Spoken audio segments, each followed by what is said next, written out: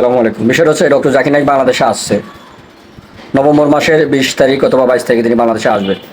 কিন্তু সেটা নিয়ে ভারতের মাথা ব্যথা। তার কারণ হচ্ছে ভারতের কাছে ডক্টর জাকির নায়েক একজন আসামি। বাংলাদেশে আসার সাথে সাথে যেন ভারতের হাতে তুলে দেওয়া হয়। পাগল হয়ে গেছো তোমরা?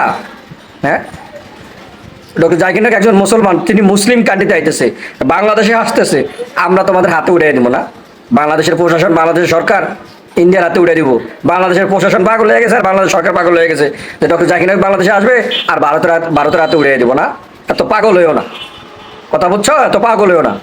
ডক্টর জাকির নায়েক বাংলাদেশের সম্মানের সহিত আসবে, আবার সম্মান নিয়ে তিনি ফিরে চলে যাবে। অতএব তাকে আটকাবার মতন কারো সাহস নেই, আর তাকে কেউ আটকাতেও পারবে না ইনশাআল্লাহ। তিনি বাংলাদেশে আসবেন, বাংলাদেশের প্রোগ্রামগুলো সম্পূর্ণ করবেন সুন্দরভাবে। কেউ কেউ তাকে বাধা দিতে পারবে না, কেউ পারবে না তাকে বাধা দিতে। আর তোমরা তোমাদের হাতে উড়াই দিত, ভারতের হাতে জাকির নায়েককে উড়াই দিত, এইগুলো বললে যাও গা। এগুলো বললে লাভ নেই। হাসিনারে পাঠাইছো, হাসিনারে নিয়ে গেছো, জাকির নায়েকের বাবা পাইবা, এই হিসাব লাভ নাই। এদেশে হাসিনা নাই ওনার।